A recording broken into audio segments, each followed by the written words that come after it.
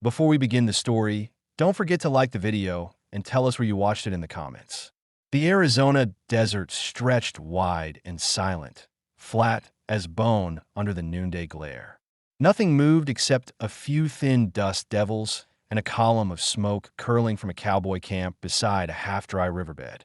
The air shimmered. The smell of coffee and scorched bacon clung to the wind. Ayoka crouched among the mesquite trees, her breath shallow, eyes fixed on the group of men by the fire.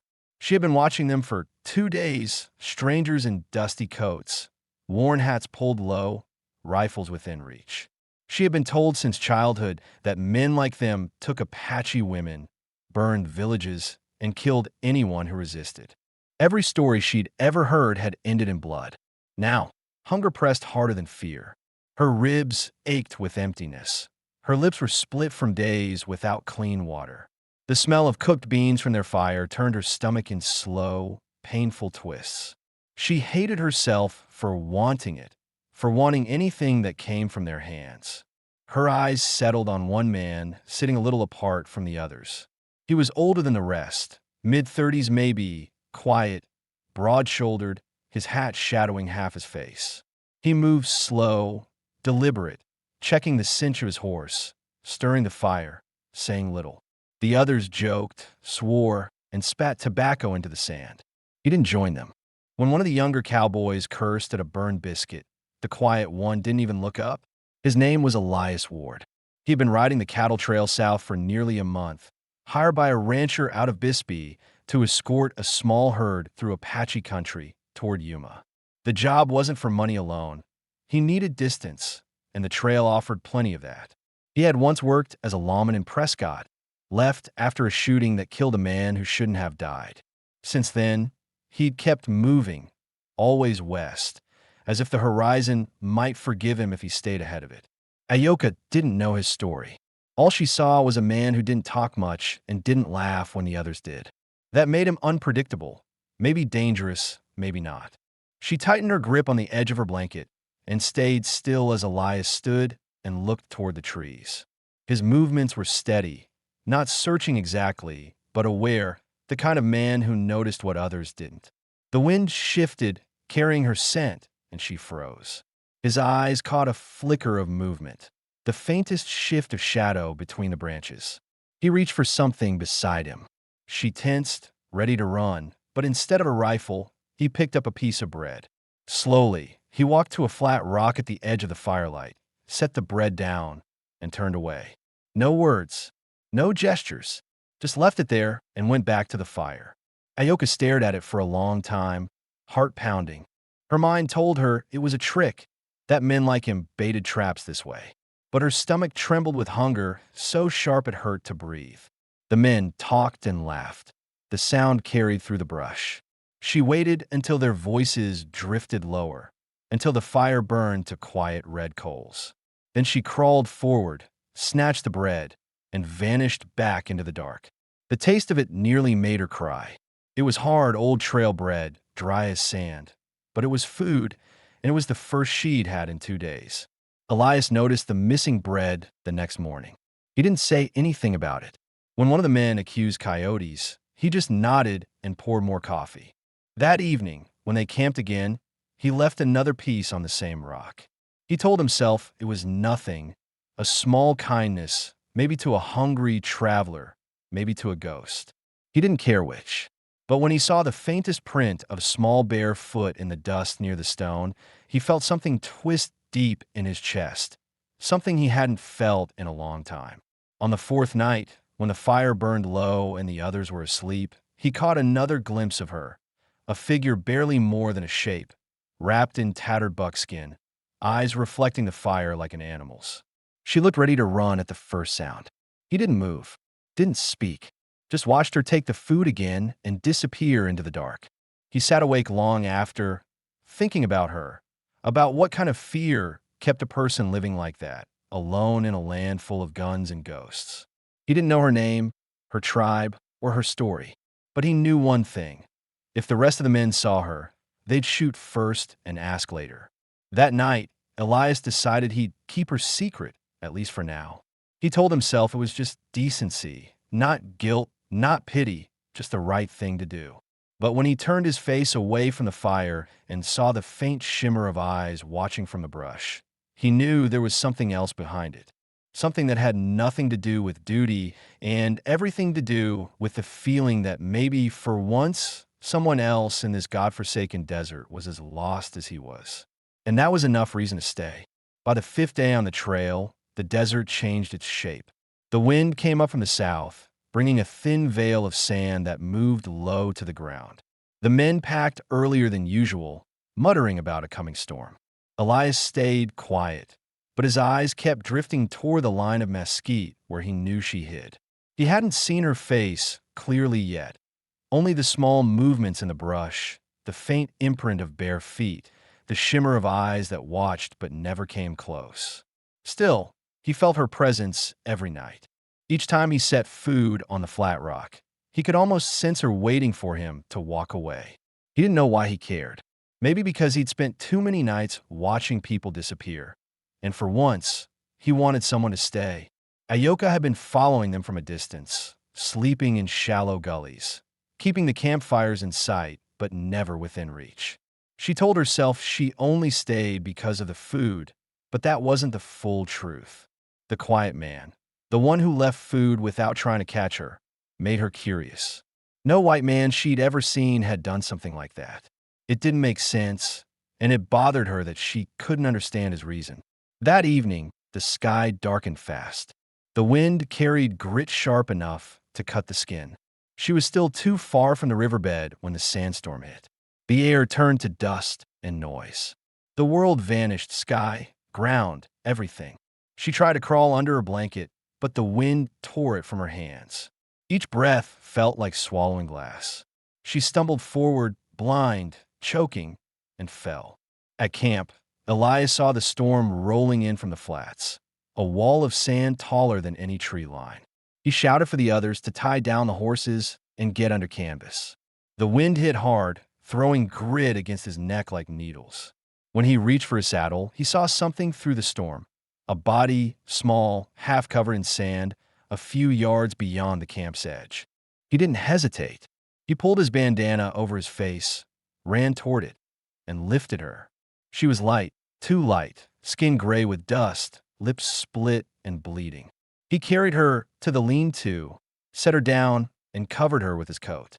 The men barely noticed. They were too busy holding the tent lines and swearing at the storm. When it finally broke, the camp was half buried in sand. The air smelled like wet dust and sweat.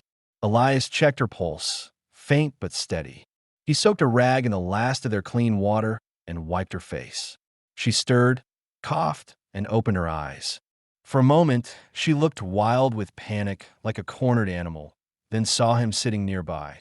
Calm, hands open, voice low. "You're safe here," he said. "Storm's over." She tried to sit up, failed, and looked around the tent.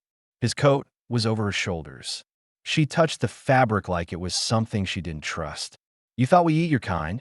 Elias asked quietly, almost as if talking to himself. Her lips moved. She nodded once.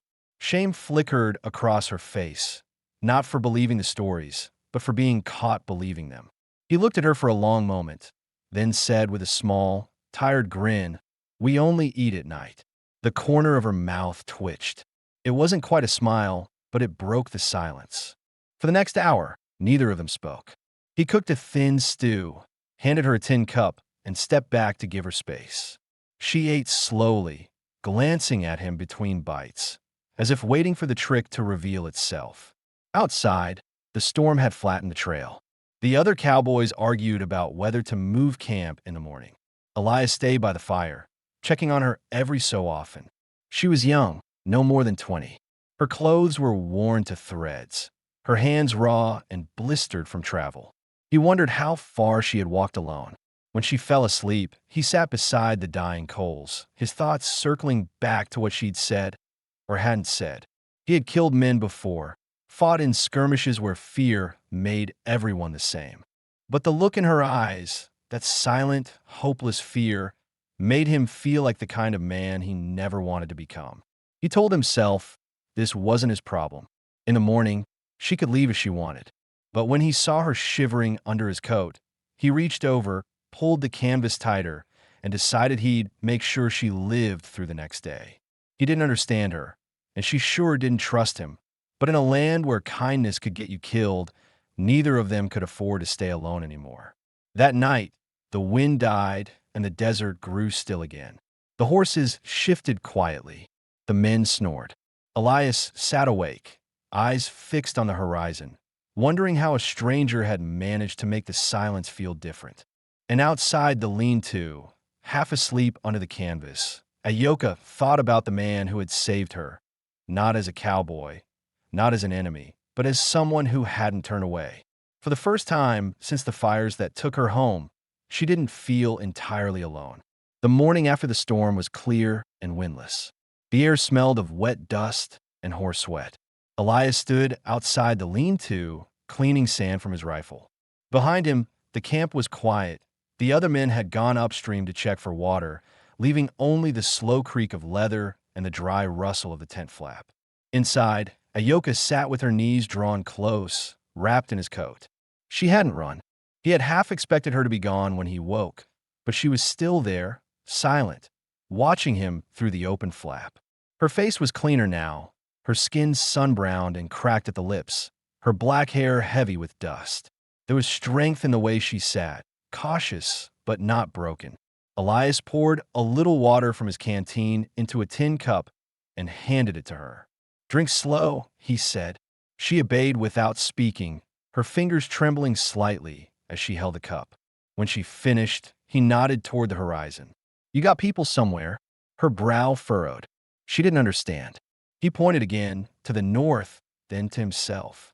"You people?" She hesitated, then shook her head. "No." Her tribe was gone, burned out by soldiers months ago, scattered into the desert or across the border. Elias didn't press her. He saw the way her shoulders tensed, the way her eyes went blank when she thought about it. He recognized that silence. He carried his own. Later that day, he gathered the horses, mended the torn canvas, and set up a smaller fire. The others hadn't returned. He could have left her. It would have been easier, but the idea didn't sit right. There was no reason strong enough to justify walking away from someone who'd already lost everything.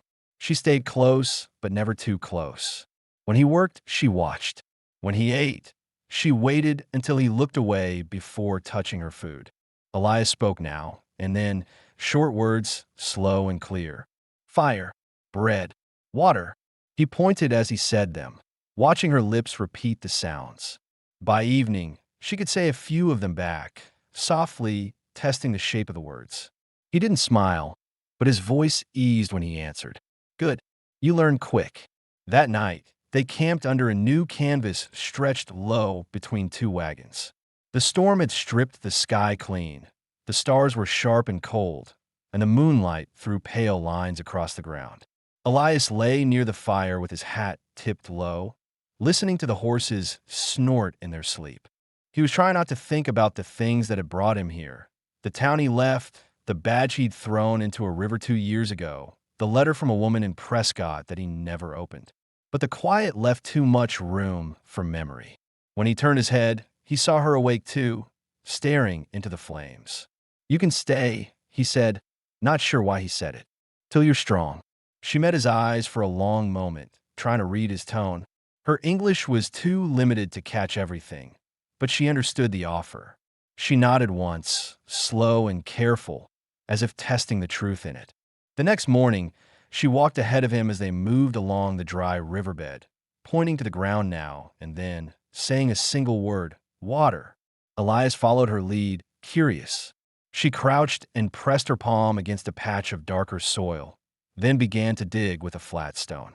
Within minutes, damp sand appeared. He knelt beside her, helped widen the hole, and soon water seeped up, muddy but drinkable. He sat back, impressed. "You found that by looking?" She smiled faintly, tapping the earth. "Listen," she said, placing her hand flat. He copied her, pressing down. The faintest vibration pulsed through the ground, the buried echo of a stream still alive beneath the dry crust. That night, she taught him other small things, how to see direction from wind patterns, how to tell snake tracks from lizard trails, how to catch moisture by tying cloth over thorn branches. In return, he showed her how to use a knife properly, how to check a horse's hoof for stones, how to read stars for distance. It wasn't friendship yet, not trust either, but there was a rhythm forming, one built from shared silence and the slow exchange of knowledge. When the other cowboys returned, they noticed her right away. The youngest, Jeb, laughed. "You pick up a stray, Ward?" he asked, smirking. Elias didn't rise to it. "She stays with me for now." "Boss ain't gonna like that," Jeb said. "Boss ain't here." Elias' tone ended the talk. The others shrugged it off. In the desert, a man's choices were his own, until they caused trouble. That evening, Ayoka kept her distance from the group, sitting by the smaller fire near Elias. The others whispered, curious but not brave enough to say more. She noticed their looks, the half-smiles and sidelong glances, and her jaw tightened. Elias saw it too. He didn't speak, but when he refilled her cup, he made sure the gesture was calm and steady. Not pity, not protection, just normal. After they ate, she reached up and touched the turquoise bead on her braid, running her thumb over it like a memory. Elias caught the motion, then turned back to the fire. He didn't ask, but he thought about it. Who had given it to her, and whether they were still alive. Before sleeping, she whispered something in Apache, a few quiet words that sounded like thanks. He didn't understand the language, but he understood the tone. He tipped his hat slightly in return. That night, as the fire sank to coals, he realized how strange the quiet had become. It wasn't the silence of grief anymore. It was something else.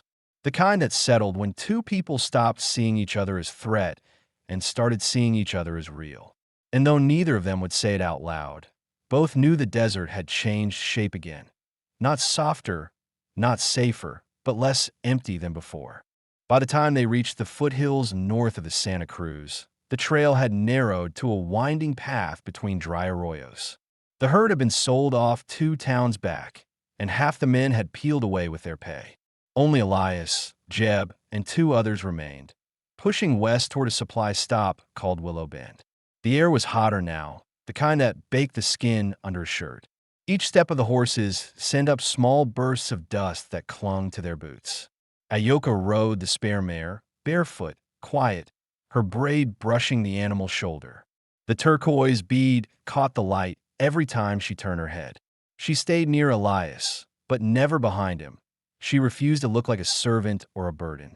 The others had mostly stopped staring, though Jeb still made comments when he thought Elias couldn't hear. Elias always did. He'd look at the boy long enough to make him fall silent again. The uneasy peace between them wasn't the kind that came from understanding. It came from fatigue. Everyone had their own reasons for being on the trail. Elias knew the others were just chasing wages and whiskey, but he had something heavier sitting under his ribs, something he didn't talk about. That night, when the fire burned low, Ayoka asked softly, "Why you here?" Her English was still rough, but she'd learned enough to build simple questions. Elias thought for a moment before answering. "Because I got nowhere else to be." She studied his face. "Family." He shook his head. "Not anymore." The pause that followed wasn't just silence. It was the kind that came when 2 people recognized the same kind of loss in each other. He poked at the fire with a stick. "I used to be a deputy up north. Small town. I thought doing the right thing meant everything would make sense." He stopped, staring into the flames. It didn't. She waited. She didn't push, but he kept going, not because he wanted to talk, but because she didn't fill the air with useless sympathy. There was a boy, drunk, scared, had a knife, but he wasn't mean. I told him to drop it. He moved wrong. I shot him. Elias' voice stayed level, but his hand tightened around the stick until the wood cracked. His father never forgave me. I couldn't forgive myself either. Ayoka nodded slowly. "You leave." "I left," he confirmed. "Figured the desert might not care who I was." She understood that kind of running. The difference was that she hadn't chosen hers. She told him, haltingly, about the winter raids, how soldiers burned her village, how she and her younger brother hid in a cave for 2 nights before the smoke cleared. When they returned, everything was gone. She never found him. She'd been walking ever since. Elias listened without interrupting. The look on his face wasn't pity. It was the recognition of something he couldn't fix but respected enough not to cheapen with words. The next day, they rode side by side through a narrow pass, the kind where sound echoes off the walls. The heat pressed close. A lone buzzard circled overhead. They didn't talk much. They didn't need to. At midday, Jeb spotted a few men watching from the ridge, not soldiers, not travelers. Elias recognized the look immediately. Drifters. Raiders maybe. He didn't react, but his hand rested on the rifle tied to his saddle. The men on the ridge turned away after a minute, but he knew what it meant. They were being watched. That evening, when they made camp, he took extra care with the perimeter. Ayoka noticed. "Bad men?" she asked. "Maybe," he said. "We'll move early." As they ate, she unwrapped a small leather pouch from her belt. Old, worn, tied with sinew. Inside was a piece of bone carved into a bird. She held it between her fingers, then set it near the fire. "My mother's," she said quietly. "Before soldiers come." Elias looked at it, then at her. "You carry it everywhere." "Yes. From memory." He nodded. "I had something once. My brother's knife. Lost it in a fight outside Yuma." She tilted her head. "You find again?" "Maybe someday," he said, though he didn't believe it. For a while, neither spoke. The fire crackled. The desert hummed in the distance. Then, almost without thinking, Elias reached into his saddlebag and pulled out a small object, a silver badge, dented, edges blackened by age. He turned it over in his palm, looking at it like it belonged to another life. "Kept this longer than I should have," he murmured, then tossed it into the fire. The metal hissed and glowed before sinking into the coals. Ayoka watched, silent. When he met her eyes again, she said only one thing. "Now you free." He didn't answer, but something in his face eased. A small shift, like the tension in his jaw had finally loosened. That night, the air was cool enough to sleep without sweat. Elias lay awake, staring at the stars through the flap. He thought about her. The way she spoke, the calm in her voice when she talked about death and loss, as if they were part of the land itself. She wasn't fragile. She was what survived when everything else burned away. He realized then why he hadn't let her go. Not pity, not obligation, but because she reminded him that survival didn't always mean running. Sometimes it meant staying still long enough to let something heal. At dawn, when they packed the camp, Ayoka saw him glance at the ashes of the badge. She didn't say anything. She didn't have to. She picked up her mother's carved bird, tied it back to her belt, and mounted her horse beside him. They rode in silence, the rising sun behind them, the desert stretching wide and open ahead. He studied her face, young but lined with hardship. "You sure?" he asked finally. "This place is a long way from people." "That's why it's good," she said. "People are the ones who left me." The answer struck him harder than he expected. There was no bitterness in her tone, just fact. He understood it too well. Solitude, when chosen, felt cleaner than company built on fear or guilt. By midday, he agreed. "All right," he said. "Then we'll make it a place worth staying." He spent the rest of the day cutting posts from nearby juniper trees. The smell of sap filled the air as he worked. Ayoka helped however she could, sorting smaller branches for firewood, tying cords to dry meat strips, cleaning tools. Every motion she made, even simple ones, carried the quiet determination of someone rebuilding a life piece by piece. When the sun dipped lower, Elias began raising a simple frame for a cabin. Nothing fancy, just 4 walls and a roof that could withstand the wind. He built wide doorways so the chair could pass through. The hammering echoed down the basin, mixing with the song she hummed under her breath, an old Apache lullaby she remembered from her mother. That night, the skeleton of the cabin stood tall against the fading light. Elias leaned against a post, exhausted but content. "It'll hold," he said. "They still run patrols." Elias met his eyes. "We're not causing trouble." The man shrugged. "Don't have to. Trouble finds its way." By sundown, word had already spread. A cowboy sheltering an Apache woman. It was the kind of story that traveled faster than wind. When they set camp a mile outside town, Ayoka sensed his tension. She watched him check his rifle twice, tighten the horse lines, and keep his back to the fire while he ate. Bad people? She asked. Maybe, he said. The kind who look for someone to blame. She looked toward the dark horizon. You leave. Not yet. The next afternoon, 3 riders appeared on the trail. Men from another ranch, led by Pike Lathrop, a broad-shouldered man with a clean vest, silver spurs, and a voice that carried like a threat wrapped in charm. Elias knew the type instantly, the kind who never fired first but always made sure someone else did. Pike dismounted slowly, brushing dust off his coat. You're Elias Ward, right? Rode with the Bisbee herd. Elias nodded once. That's right. Well, Pike said, tipping his hat. Word in town is you're keeping company with an Apache woman. That true? Elias said nothing. Pike smiled. Don't get me wrong, friend. I'm not the law. But the 4 boys hear about this. They'll come down hard. You don't want that kind of attention. Best thing is to turn her over. Let them handle it. Safer for everyone. Ayoka stood behind Elias, her face unreadable. She didn't understand every word, but she knew what was being said. Her hand moved to the small bone carving at her belt. Not out of fear, but resolve. Elias' voice stayed calm. She's not property. She stays with me. Pike's smile faltered. That's a fool's choice. Maybe, Elias said, stepping closer, but it's mine. For a moment, no one moved. The wind rattled through dry weeds. Pike's men shifted in their saddles, waiting for a signal. Elias' hand hovered near his revolver, but he didn't draw. Neither did Pike. Instead, Pike gave a short, forced laugh. You're either braver than most or dumber than all of them. He turned to his men. Let's go. Sheriff will want to hear about this. They rode off, leaving a thin trail of dust behind them.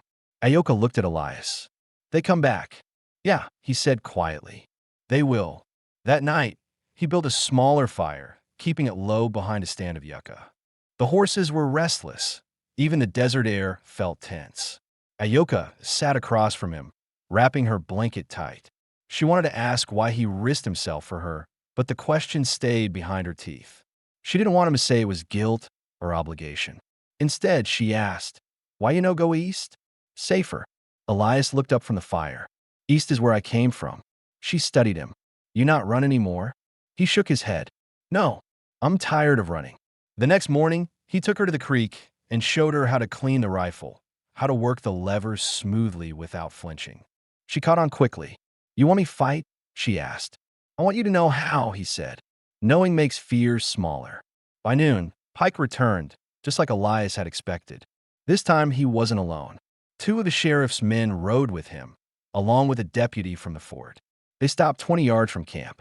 Pike raised his hand in mock courtesy. Ward, he called, we're here official this time. You got a woman of hostile blood in your camp.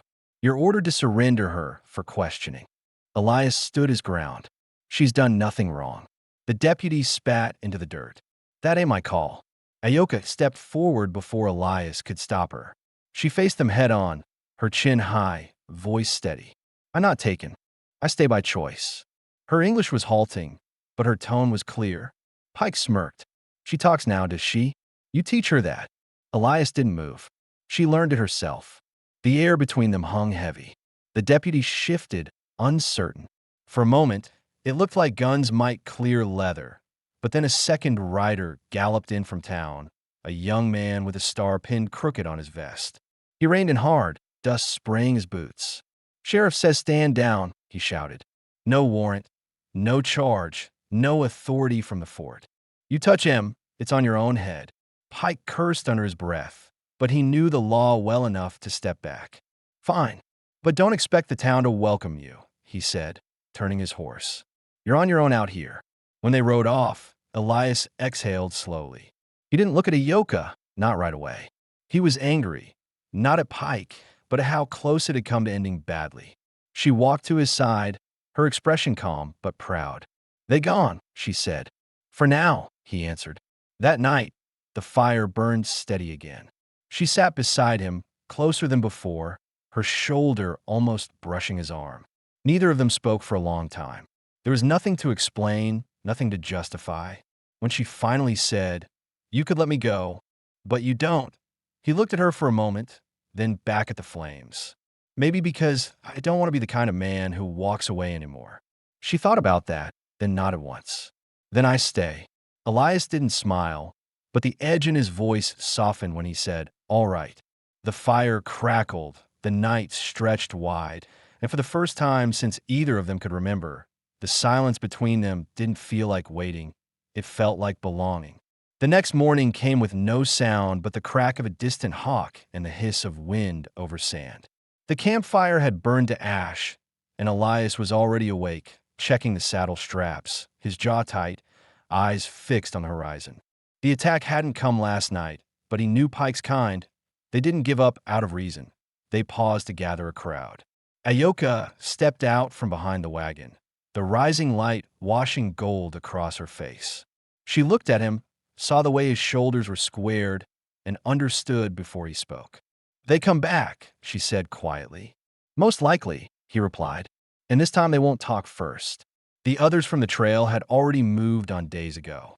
It was just the two of them now. No herd, no backup, no one to argue with or explain to. Only the land, dry and open, and whatever choices they had left. Elias started to dismantle part of the wagon, pulling the boards free to use as cover. We'll set up here, he said. There's a rise behind us and brush to the sides. Good field of view. Ayoka helped without question, stacking wood, packing the supplies into a small pile. She worked fast, focused, her movements clean and efficient. He noticed how steady her hands were. No shaking, no hesitation.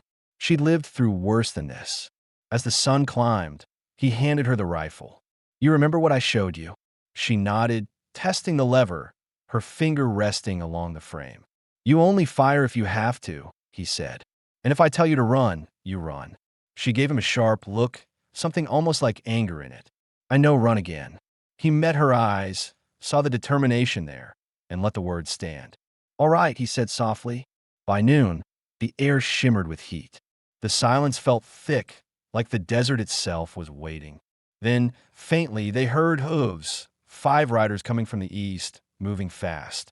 Dust lifted behind them in thin spirals. Elias crouched by the wagon, sighting through the gap. Pike rode in front, his vest neat, his expression calm, as if this were just business. The deputy who'd warned them yesterday wasn't with him. This wasn't official. This was payback. The riders stopped 100 feet away. Pike raised a hand. You had your chance to hand her over, he called. Now it's out my hands. Folks want things right.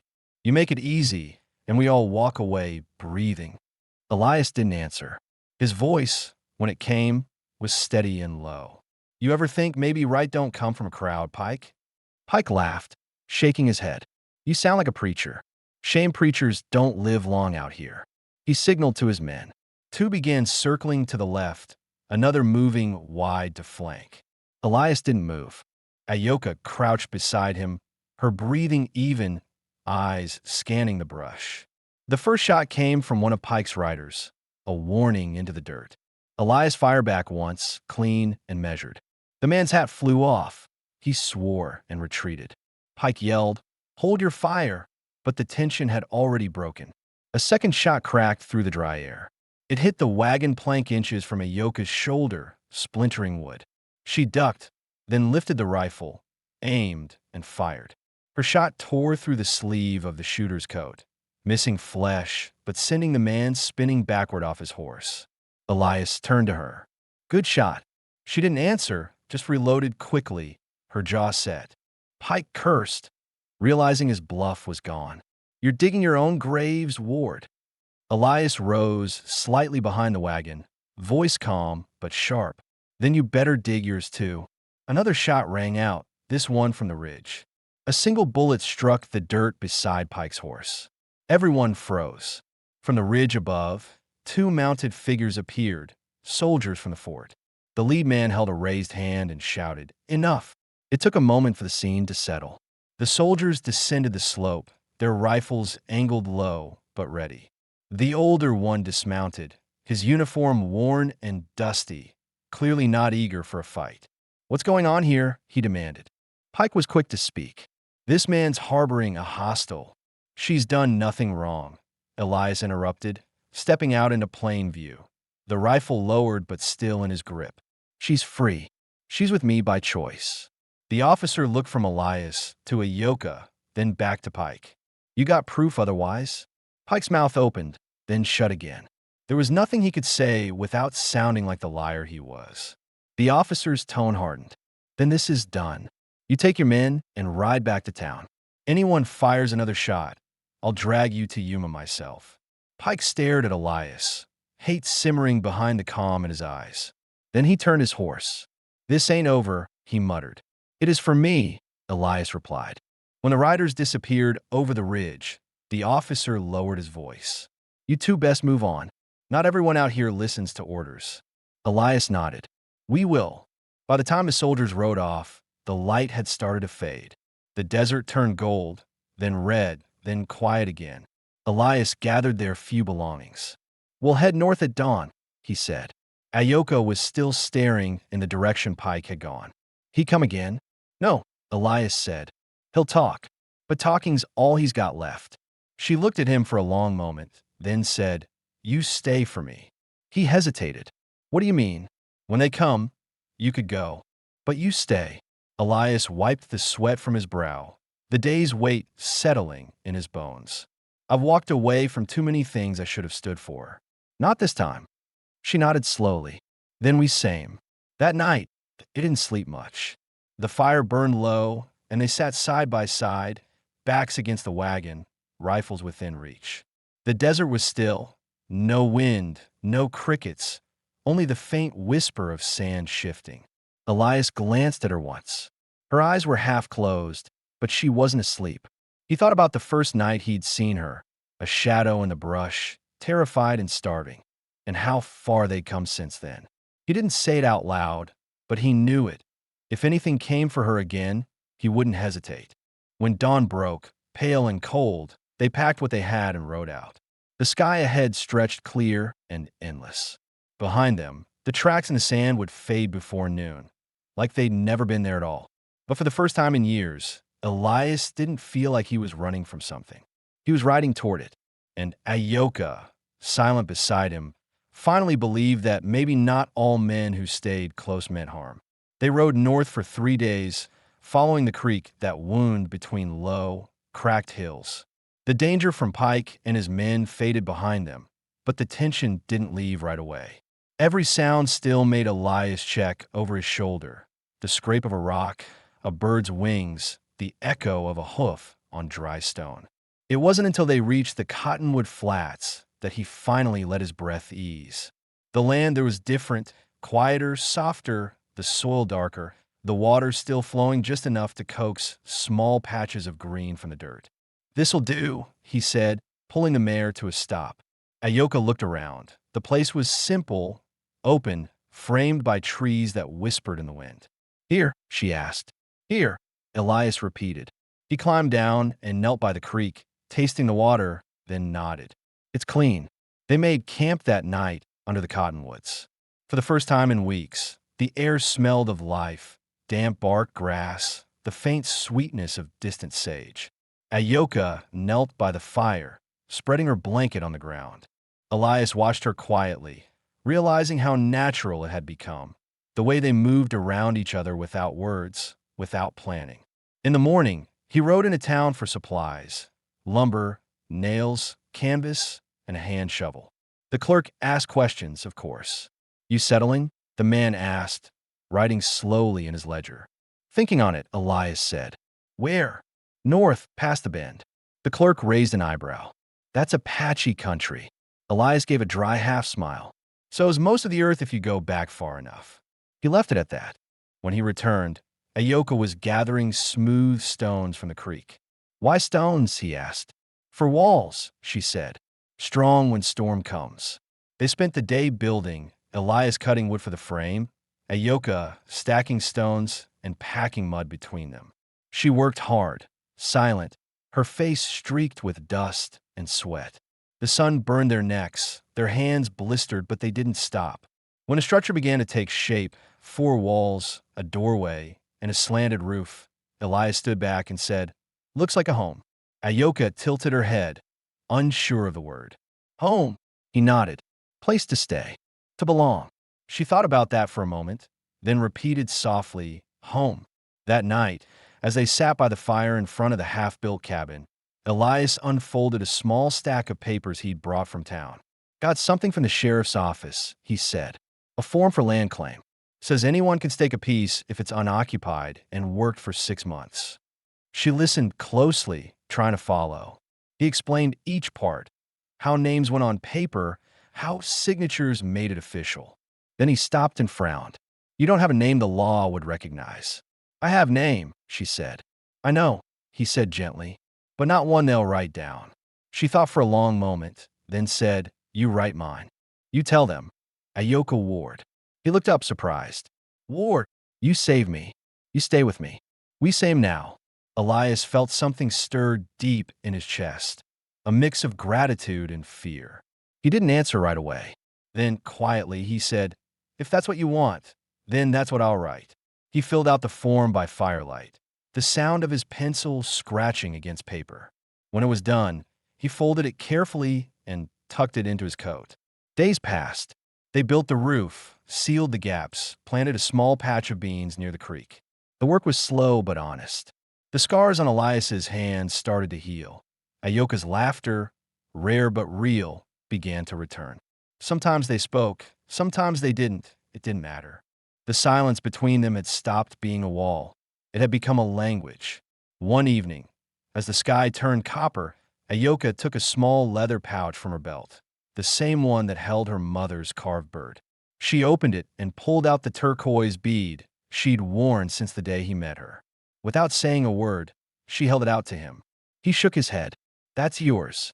She stepped closer, took his hand, and pressed it into his palm. Now yours too, she said. Elias didn't argue. He slipped it into his shirt pocket and nodded once, the kind of quiet agreement that meant more than any promise. Later that night, a soft rain began to fall.